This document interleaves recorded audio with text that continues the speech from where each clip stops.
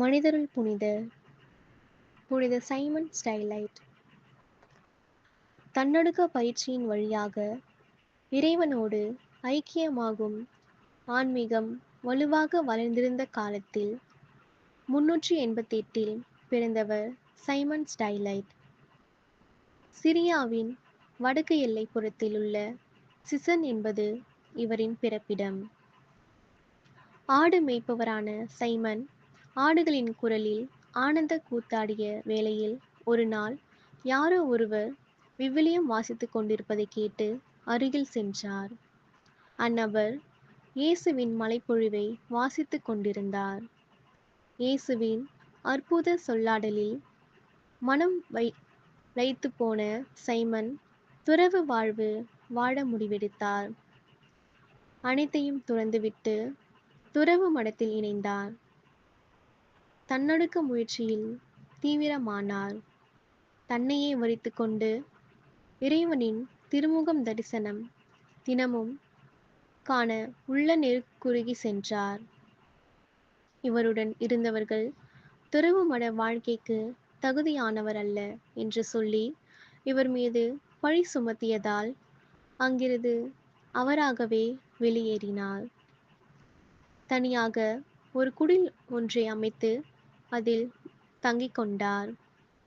3 ஆண்டுகள் அக்குடிலில் இருந்த சைமன் ஒரு தவக்காலம் முழுவதுமே தண்ணீரும் உணவும் இன்றி பட்டினி தவம் இருந்தார். பிறகு பட்டினி தவமே வழக்கமான ஒன்றானது. அது மட்டுமல்லாமல் வழியில் கால்கள் வலுவிழக்கும் வரை நின்று கொண்டிருந்தார். 3 ஆண்டுகளுக்கு பிறகு சைமன் பாலைவனத்திற்கு சென்றார். 20 அடிக்கும் குறைவான இடப்பகுதியில் வாழ ஆரம்பித்தார். இவரை பார்க்க மக்கள் எல்லோரும் பாலைவனம் நோக்கி சாறை சாறையாக பயணமானார்கள். ஆறுதல் பெறவும் ஜெப உதவி கிடைக்கவும் இவரை நோக்கி பேரரசர்கள் தொடங்கி ஏழை குடியானவர்கள் வரை வந்தார்கள். இவர்களின் தொடர் வருகையாலும் இவர்களுக்காக ஜெபிப்பதாலும் தனக்கும் இறைவனுக்குமான உரையாடல் பாதிக்கப்படுவதாக உணர்ந்தார். தமது தனிமையை காப்பாற்ற சைமன் 9 அடி உயரத்திற்கு தூண் ஒன்றை அமைத்து அதன் மேல் நிற்கத் தொடங்கினார். மக்களின் எண்ணிக்கை அதிகரித்தபடி இருந்ததால் காலப்போக்கில் தூணின் உயரத்தை 60 அடிக்கு மேலாகவும் உயர்த்தினார். 3 அடி சுற்றளவு மட்டுமே கொண்ட இத்தூணில் உறங்க முடியாது. எப்போதும் முழங்காலிட்டும் நின்று கொண்டே ஜெபித்து கொண்டிருந்தார். மேற்கூரை ஏதுமின்றி துன்பத்தில் இறைப்பிரசன்னம் கண்டார். அவ்வப்போது மக்களுக்கு மறையுரை வழங்கிய இவரின் ஆசிர் பெற நோயுற்றோர் பலர் கயிற்று ஏணி வழியாக மேலே ஏறி சென்றார்கள். நலம் பெற்று திரும்பினார்கள்.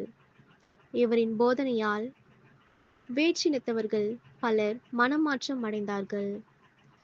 எல்லாரின் ஆன்மாவும் மீட்கப்பட தொடர்ந்து ஜெபியுங்கள் என்று கேட்டுக்கொண்ட தூண் துறவி 459ஆம் ஆண்டு செப்டம்பர் மாதம் 2ஆம் தேதி மரணமடைந்தார்.